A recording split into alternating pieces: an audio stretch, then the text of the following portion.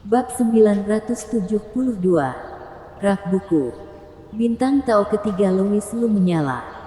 Dan gelombang kekuatan Dewa Iblis, yang bahkan lebih tebal dari gabungan dua bintang Tao pertama menyembur keluar. Mengikuti hubungan antara bintang Tao dan menyembur ke arah bintang Tao pertama bersama-sama. Sekarang, bintang Tao pertama Louis Lu dapat dianggap sebagai wadah khusus untuk menyimpan kekuatan Dewa Iblis. Kekuatan Dewa Iblis bukanlah hal yang paling dinanti-nantikan oleh Louis Lu. Karena dia tahu dari kinerja dua bintang Dao pertama bahwa setiap bintang Tao yang dibuka akan memberikan kekuatan Dewa Iblis yang baru. Apa yang paling dinanti-nantikan oleh Louis Lu adalah kemampuan tambahan dari bintang Tao ketiga. Seperti catatan kuno ikan yin yang di dalam bintang Tao kedua. Seperti yang diharapkan, setelah transfer kekuatan Dewa Iblis, keadaan kacau muncul di dalam bintang Dao ketiga. Dan ada penampakan samar-samar dari sebuah bangunan yang tinggi yang bagian atasnya tak terlihat. Akan butuh beberapa saat sebelum bisa memastikannya. Louis Lu menarik pikirannya dan melihat ke arah salah satu tetua sekte Sun dan tersenyum. Orang tua, jadilah pasak kayu untukku. Jangan khawatir. Aku tidak akan membunuhmu. Dia adalah seorang lelaki tua yang berusia lebih dari 60 tahun. Seperti orang lain, masih terkejut dengan fakta bahwa Louis Lu telah meminum darah binatang roh tanpa meledak. Wajahnya penuh dengan ketidakpercayaan. Ketika dia mendengar Louis Lu berbicara, pria berusia 60-an itu berkata dengan gentar, "Tuan, apa yang ingin Anda lakukan?" Louis Lu tersenyum dan tidak menjawab. Dia tiba-tiba menghentakkan kakinya. Dan tubuhnya melesat seperti anak panah dari tali. Tinjunya menghantam ke arah pria tua berusia 60-an itu. Orang tua itu sangat terkejut dan dia tidak berani menerimanya langsung. Jadi dia memanggil fisik Dharma dan bersiap untuk memblokir serangan Louis Lu. Louis Lu tidak menggunakan tinju bayangan mayat dewa kali ini. Tetapi ingin mencoba kekuatan seperti apa yang telah dicapai oleh kekuatan Dewa Iblis setelah tiga bintang Tao berkumpul bersama. Sebuah tinju menghantam keluar. Udara terkompresi dan suara siulan sonik yang menusuk telinga meletus. Fisik Dharma dari tetua berusia 60-an tahun itu juga mengangkat tinjunya untuk menyongsongnya. Tetapi saat bersentuhan, fisik Dharma itu mundur dengan panik, hampir mematahkan lengannya. Louis Lu menarik tinjunya tepat pada waktunya dan mengucapkan terima kasih kepada tetua berusia 60-an itu. Louis Lu merasa puas. Setelah perpaduan tiga kekuatan Dewa Iblis, kekuatan yang dapat diledakkan oleh Louis Lu tidak jauh berbeda dengan bayangan tinju mayat dewa. Selama bintang Tao keempat juga dibuka, dia tidak perlu menggunakan bayangan tinju mayat dewa. Dengan kekuatannya sendiri, dia akan dapat meledakkan segalanya. Memikirkan hal ini, Louis Lu tanpa sadar mengalihkan pandangannya ke harimau roh api merah. Tetapi dengan cepat menggelengkan kepalanya dengan sedikit senyum malu. Dia telah mengambil setengah dari darah orang lain. Betapa memalukannya untuk mengambil setengah lagi. Selain itu, untuk menyalakan bintang Tao keempat, darah yang dibutuhkan bahkan lebih banyak daripada yang ketiga. Dan mengambil setengah lagi juga tidak mungkin langsung membukanya. Louis Lu menolak ide tersebut. Para tetua dari sekte Sun sekali lagi sangat terkejut. Mereka semua dapat melihat dengan jelas bahwa kali ini Louis Lu tidak menggunakan senjata sihir, tetapi mengandalkan kekuatannya sendiri untuk memukul mundur fisik Dharma. Pemuda ini memang seorang iblis. Goro Wu benar-benar telah menciptakan dosa besar. Namun ini juga merupakan sebuah kesempatan. Alam rahasia Kunlun baru saja dibuka.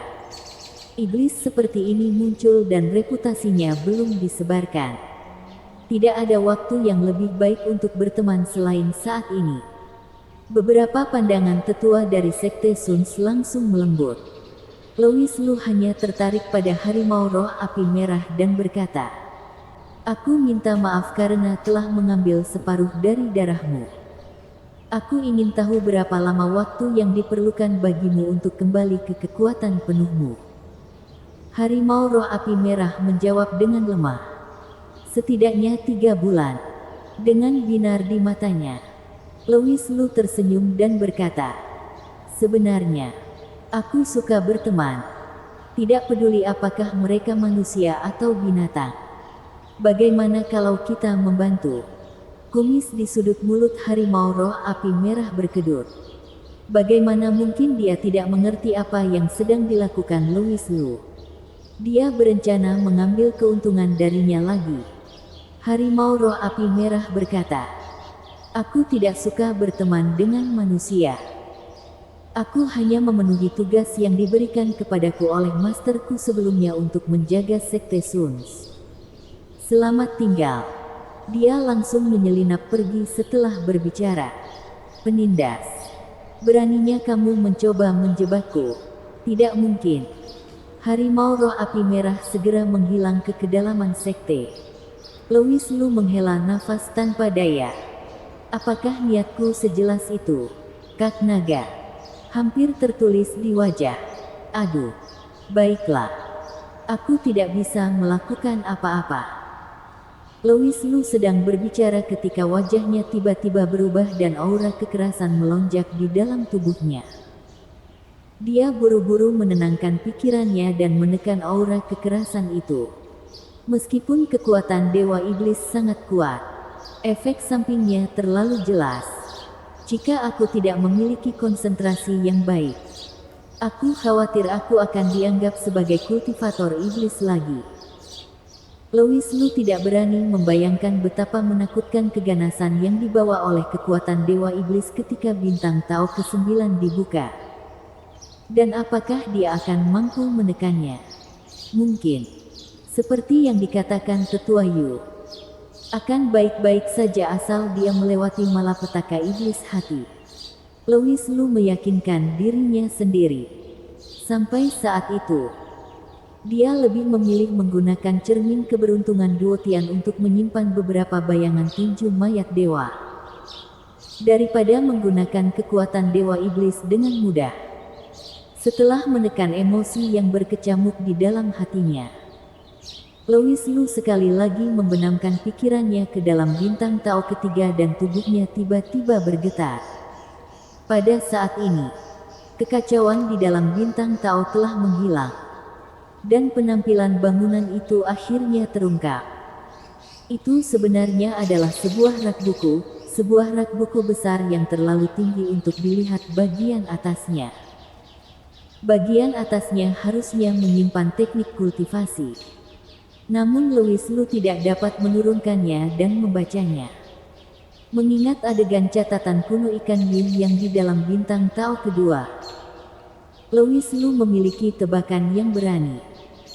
Jadi dia menarik pikirannya dan tersenyum dan berkata kepada para tetua Sekte Suns, "Ada sesuatu yang ingin aku tanyakan untuk meminta pendapat kalian." Beberapa tetua sedang memikirkan bagaimana cara berteman dengan Louis Lu. Ketika mereka mendengar dia mengatakan ini, mereka segera berkata serempak, "Tuan, silakan bicara. Aku ingin mengunjungi pavilion teknik kultivasi kalian." Louis Lu berkata sambil melambaikan tinjunya dengan ramah. Ini.